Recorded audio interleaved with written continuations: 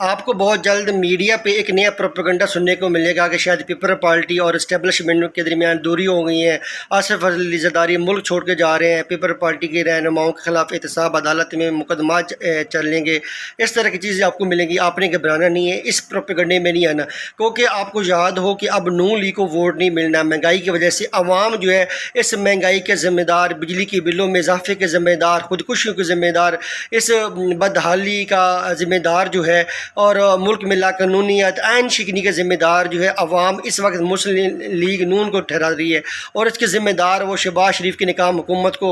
سمجھ رہے ہیں۔ تو اب اس صورت میں جب الیکشن ہوتے ہیں تو نون لیگ کو ووٹ نہیں ملنا، تو پھر یہ ایک بی پلان ہے کہ